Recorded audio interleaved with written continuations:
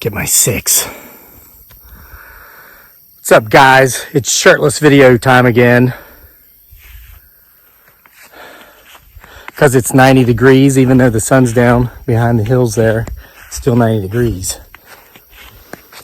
You know, I wasn't going to make a video today, but I'm having a really good hair day, don't you think? It's because I got my hair cut today. I probably would have made a video anyway because I make a video every day, but I just had to get that in there. That triggers some people. So, my family, we're going to walk the perimeter here, see if we see or hear anything out of the ordinary. Because we might, and that's part of the story. A couple things going on here. Number one, my wife and kid don't want to come home. We might have to do that thing where I walk backwards and try to sneak up on him, her, it, or they. All right, number two, I think that I had a tire on my truck that was possessed by a demon. Either that or the devil was chasing me in this tire. You remember more than a week or so ago now, made a video and I talked about how I went to church for the first time in like almost 20 years. Keep watching back here. See if we can sneak up on something on the freshly mown trail. I've got my mow time now down to 1 hour and 45 minutes with that zero-turn mower. After only 3 mows, learning the lay of the land a little better as far as in regard to how it can move and figuring out, how to do things quicker, more efficiently without taking shortcuts. I got the whole thing, but so before the zero turn, it took 3 hours and 45 minutes. Now it takes 1 hour and 45 minutes. I bet you by the end of this first season of having it, I'll have it down to 1 hour and a half. But started around just a little bit after 7, was done by like 9:30, and I even had breakfast in between. It's like no work now. It's great. But so 2 weeks ago, went to church for the first time in 20 years. Wow. That was probably a bird or a squirrel. Let me see if I can, because we've got some ripe berries in here now. I'm wearing shorts and no shirt and flip-flops. I'm going to get poison ivy. Look at this. The blackberries are starting to get ripe. Well, that's nice. I was up here yesterday riding a 4-wheeler around. They weren't ripe yet.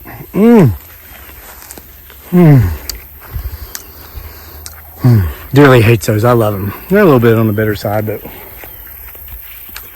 So when I got to church last Sunday, I noticed my tire was like 80% flat. And I knew I could take it somewhere, get it fixed, or go to church, come out, and it would be entirely flat and I would have a problem.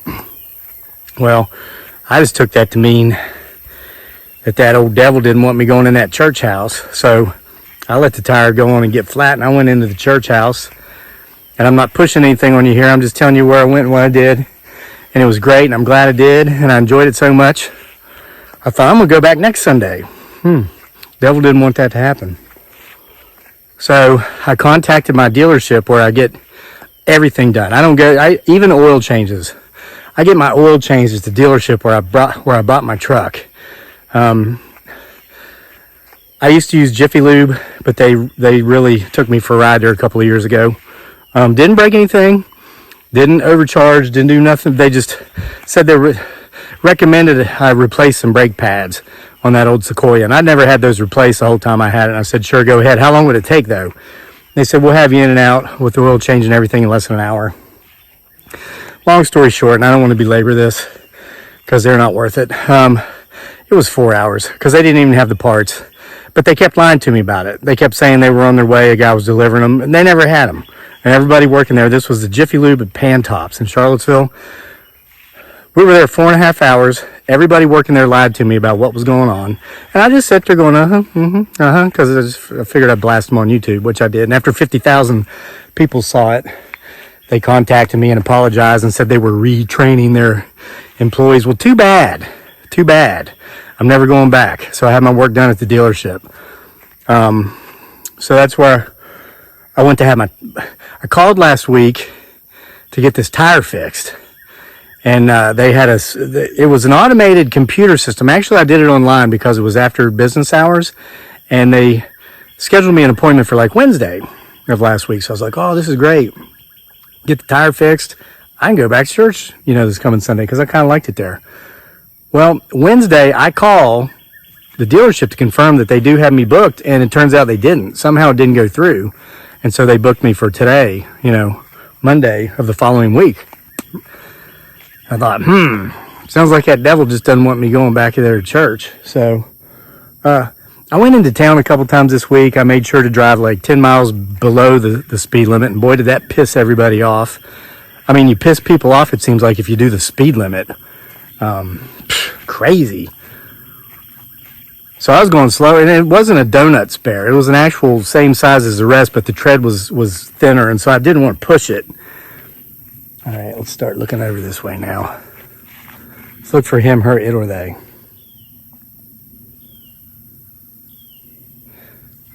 So I went in town a couple times. Went in the evenings, after working out here all day, doing stuff, writing. That's going really well. Guys, it's not going to be a novella. It's going to be a full-length novel, and it has morphed again into being something it never originally intended. I intended it to be this new book that's going to just break the light barrier. Okay, that's never been done. This book, the publication of this book is going to break the light barrier. What's back here? All right, let's watch back here. So anyway, is that a peeker?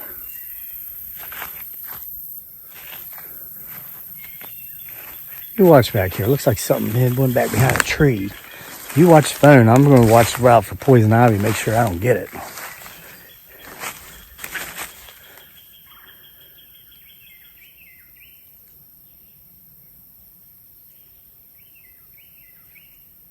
All right.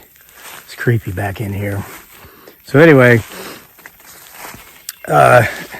I would go into town in the evenings and like run or bike or something, get some kind of exercise, get some different scenery than what we got here. Here comes my potential Bigfoot Sasquatch hunting companion. Hi, kitty. So about halfway through the week, I was like, is it safe for me? How many miles can you drive on a spare? So I Googled it. Come here. Come here. Say hi to everybody. Say hi. People ask if she's a Maine Coon because she's so big and she's so furry. No, she's only got 5 toes, not 6. Ernest Hemingway, by the way, had a bunch of Maine Coon cats. I don't know if you knew that or not. Had them down there in Key West when he lived there. And kind of let them go wild and feral. And now there's like a pack of feral Maine Coons down there that are descendants of the Hemingway cats. And that's what they call them, the Hemingway cats. And they let them stay down there because they also have like wild chickens down there. And the feral Hemingway cats keep the wild chickens population in check. Okay. So you can go 70 miles on a spare and you're not supposed to go over 50 miles an hour. So I did the math and it turns out that, I'd gone about 70 miles. I figured this out on Saturday because I was thinking about going to church again on Sunday. And I was like, man, wow. I got like one more trip I can make into town safely according to what I've just found on Google. It's like, man, the devil doesn't want me going back to that church. So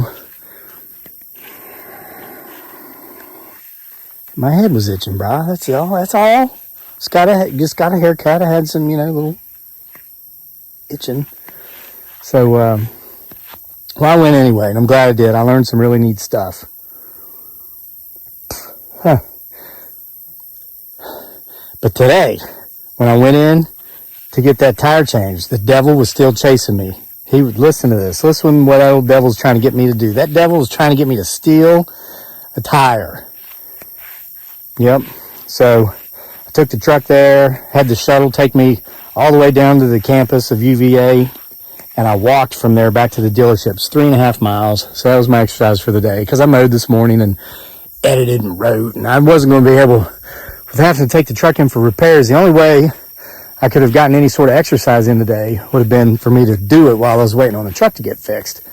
So I walked 3.5 miles. It was 90 degrees. What a beautiful view. Isn't that beautiful? There's my fire pit there on the wood pile. But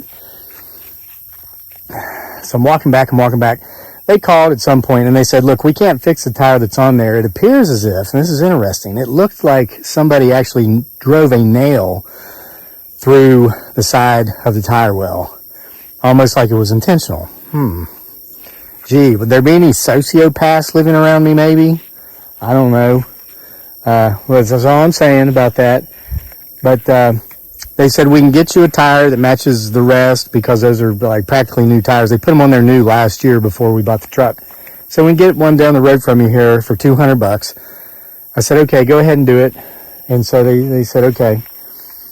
So I get back and they called just before I got there and said the truck's ready. So it was perfect timing. Oh, and I stopped to get my haircut on that walk too. So I got a haircut, walked 3.5 miles. And so I get there and I'm kind of lightheaded. I was sweating profusely because it was 90 degrees and super hot. And I was out in the sun, direct sunlight, but it felt great. And I sweat a lot. And it was great. And so they ring me up and they're like, they said whatever the amount was, but I was kind of lightheaded and I was drinking cold water. But something didn't sound right, and so I paid. They ran the card, and I go out, I look, I see the new tire. Like, it's a nice new tire. Looks like the rest, because they still look new. And I get in the truck, and I'm sitting there, and I'm like, something didn't sound right about what they told me. And so I look at the receipt. It said $117. That's how much I ended up paying. I paid $117. I'm like, what the heck? So I'm looking through it, and I got an oil change. I get the oil change regularly, and I go there. It's a little bit more than Jiffy Lube, but I don't get lied to, and I don't get 4 hours of my day wasted by people telling me that the parts are there that aren't and all that mess. What a mess, whatever. You know what you do about that? You just don't go back. You just don't go back. I'm just not going back to Jiffy Lube, any Jiffy Lube ever after that, especially the one on Pantops in Charlottesville, because that's where it happened. So anyway, I'm looking, and I see where they charge me for the oil change and labor, but they didn't charge me for the tire. I was like, man, I got to get back up in here and pay for this tire. I'm not trying to steal a tire off somebody. And man, if I didn't hear a little voice right here say, F them, man. How many times have you been ripped off by people that provide services like this? You don't know how to fix anything, and they'll look at something, they might be able to fix it for $20, and they tell you need all these different parts and all this new stuff, and you pay $600. And I was like, wow, I could drive out here with a free tire. And then this other voice over here says, what would Jesus think about that? Well, hey, what would Kevin think about that? Kevin ain't trying to steal a tire off of nobody. So Kevin got out of that truck and went back in there, said, hey, you folks need to charge me some more money. You didn't charge me for the tire. And they were like, huh? And they looked at the receipt and they caught it. And so they charged me, again, they said, they rung it up. Again, they said, well, we're going to charge you the difference. Rung it up. They said $183. Said $183. I said, you told me on the phone it was $200. And she said, sir, that was after our markup. We're giving you this tire at cost because you came back in here to pay for it instead of driving off like other people have done in the past. So I guess some people listen to the wrong voice. So anyway, devil, he still just kept on chasing me. Tried to keep me out of church 2 Sundays in a row with that tire. And even there at the end, tried to get me to do something devilish by not paying for that tire. But I went in there and paid for it. I'm not poor. I opened my wallet. I had $16 in there. Walking around with $16 in my wallet, I got no business stealing a $200, $183 tire. Got no business stealing nothing, no matter what's in your wallet. All right, so there's right and there's wrong. And I'm not saying, hey, toot my own horn here, because I'll tell you, karma's real. I'm willing to bet, had I driven down the road with that free tire, one of the other ones would have blown, or that one might have blown. I could have flipped my truck and had a very significant emotional event occur. Yeah, okay, so anyway.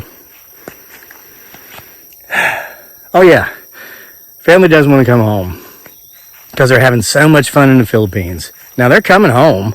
They're coming home in 3 weeks. So I got 3 weeks to finish this book. And I thought I was going to be done within a week because I thought it was going to be like a 30,000 word long novella. But this thing keeps morphing. It is becoming something that it wasn't even, never thought it would go this route in the original, in the beginning. It morphed into, listen, it started out as a work of anger and resentment and revenge. It was a book based upon, like, it was inspired by true events of having dealt with a sociopath. Multiple sociopaths, but particularly one. But then I started doing some research on antisocial personality disorder because I wanted to make sure that this character I wanted to nail the character so the story would seem real, right? Well, something happened. That anger started giving way to empathy because I then realized that individuals, a lot of that we would call sociopaths because they aren't really bad people as much as it is they are people who have a condition that if they don't get help, if they don't seek treatment, if they don't get therapy, it causes them to do bad things. And so that's when I realized, wow, this guy didn't really do these things because he was a D-bag. I mean, he's a D-bag, but because he's a sick individual. So, and it's really weird. That's why I ended up going to church in the first place. It's like I just felt like it's better to kind of be empathetic toward your fellow man than to try to exact revenge because they kind of manipulated you for a while. And then it just started transforming from there too, to where just within the last few days, because it was going from a place of anger, hate, revenge, which is all terrible, and that's not who I am. But then it morphed to understanding and awareness of mental illness. But then I really know what lies at the pit of this one particular individual's sociopathy, and it has to do with not being who, when we are not who we truly are. This is what I've been learning from writing this book. This is why every record, whatever category this book is published in, every record will be shattered. When we are not true to ourselves, in that we are not who we truly are, you know what that causes? That what we risk becoming that which we hate, and we risk killing that which we love. It's terrifying. Now the book still ends in tragedy. It started out being written out of anger and revenge and hate. I hate to say it. I mean, I do not like to say that word, but it's morphed. And it's going to be presented in such a way that I believe it's going to be able to help millions upon millions upon millions upon millions of people. This book is going to be a gift, a lasting gift to mankind. Man, I get chills thinking about it. But it's going to be well over 40,000 words, which is full-length novel length, and it's going to be one of the great American novels of all time. It already is, and it hasn't even been finished yet. I mean, it's crazy. It's going to be up there with like Steinbeck's Grapes of Wrath, Catcher in the Rye, by J.D. Salinger. It's going to be right up there with those things. Crazy. All right, so my family will come back, but here's why I don't want to. They're having so much fun. Could you imagine? You step outside your house every day and you're on the beach. They're at their dearly sister Che-Che's house, and that's what it's like there. They live right there on the beach. And Daniel is getting up at 5 a.m., an hour before his mom even wakes up, and going swimming with his aunts and his uncles and his cousins. And he's being supervised. Don't worry. It's not a bunch of kids out there swimming alone. There's his Uncle Irwin is with him most of the time. And Irwin's like 25 or something. 21, something like that. But I used to take Irwin fishing all the time when he was Daniel's age. Daniel's 10 now. When Irwin was 10, he was my fishing partner. We'd go fishing every day, and we'd catch these fish called hito. They're like catfish, but without whiskers, but they look just like channel cats. We're sitting there fishing one day. We've been fishing every day for like 2 weeks, and I look over at Irwin, and I'm like, shouldn't you be in school? He's like, oh, which means yes. I'm like, why don't you go to school? He's like, rather go fishing. Well, that kind of pissed me off, so I told him, pack it up, we're going home. We went home, and I took him to his parents' house. They lived across the road from us. I said, I'm not taking Irwin fishing anymore until he goes to school. why don't you make this kid go to school? And they're like, well, I don't know. It's a different mentality over there. Not with everybody, but with so many. And so I said, this kid needs to be in school. So we got him to school. I wouldn't let him go fishing unless he went to school. And he graduated. He graduated high school. I think he might be in college. I'm not sure. But it reminds me of a story, and I'm going to wrap it up with this. Because, Daniel, we're talking on the phone, and he's like, Dad, can you just pack your stuff up and come over here, and let's just stay over here? I don't want to. He says, I miss you. I want to come home and be with you, but I'd rather let's just live over here again. and he doesn't know that he's on summer break now, pretty much. He was doing the virtual school thing from there, but he's done with that now. They're on break over there because their school year is slightly different. He would have a completely different experience once the school year started and he was going to school there. It would just be a different experience. So for him, what he's seeing is, I'm a 10-year-old little kid and I get to go out and be on the beach every day from 5 a.m. until dark. But the day will come that we just go back and forth. It would have come by now, but I can't go over there because of COVID. They're not letting non-Filipino nationals in. Maybe by next year, we'll all be going back and forth, and that will suffice for a while. And that's our plan to someday, because I'm not getting rid of this place. And I want to have a home base over here so I can go back and forth. So if I've been over there for 6 months or a year and things are starting to drive me nuts, I can come over here. And I'm over here for 6 months or a year and things are here starting to drive me nuts, I just go back over there. That's our plan. But I did remember a story, and I think the original story takes place in Mexico, but I'm going to exchange Mexico with Philippines because that's where my family is and that's where, I've lived and where I'm going to go back and forth, but it's fitting for both places. So the story goes that there's this American banker. He's on a dock there by the beach in the Philippines. And this Filipino fisherman comes in with his little boat, and he's got 3 fish in there, 3 nice fish, 3 tunas. And the American banker is impressed with these fish. He goes, wow, those are some nice fish. It's still early. Why didn't you stay out longer and catch more? And he goes, well, I got enough to I'm going to keep one. We're going to eat, they're a nice couple feet long fish. Says the family's going to eat one, going to sell the other 2 to have some money. And the American banker says, that's it? Well, why don't you stay out there and fish longer? Then you have more to sell and you have more money. He goes, I got what I need. Says, I'm going to spend the rest of my day with my family, going to play with my kids. I'm going to have a nice fish dinner, obviously. Then later, my wife and I are going to walk into town, going to drink some wine, this is Philippines, going to drink some San Miguel Light or some Red Horse beer, which is like 8.5% volume, alcohol by volume. And actually has horse urine in it. True story, not trying to be gross. And I'm going to hang out with our friends and my wife and her friends. And then I'll go fishing again tomorrow. And the American banker says, now you're doing it all wrong. Listen, what you should do is stay out all day. Catch fish until your boat is full. And the fisherman says, well, why would I do that? And he says, so you come back, you sell it all. You got all this money. Then you buy more boats. And so you have a fleet. And then you have people working for you.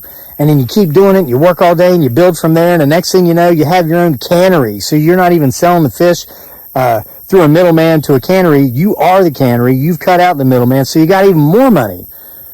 The fisherman's like, well, why would I do that? And he goes, because you can build this really big business.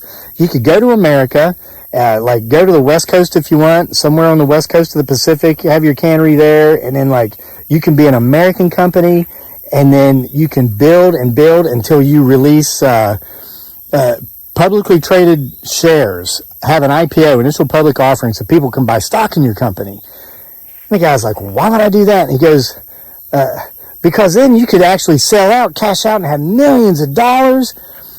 And the fisherman says, well, that sounds all right. He goes, how long do you think this would take? He goes, probably about 20 years. I mean, you'd have to work all day, every day. That's how we do it over here, in the U.S. And then the fisherman says, okay, well, but once I did that and then I cashed out, then what would I do? And the American banker says, are you crazy, man? That's easy. You'd go off somewhere, find some small little remote fishing village where you can spend your day just playing with your kids, hanging out with your family, going into town in the evenings with your wife and drinking some Red Horse beer and some San Miguel Light and playing your guitar, listening to music and just having a good old time, not having to worry about being all stressed out because of work and all that.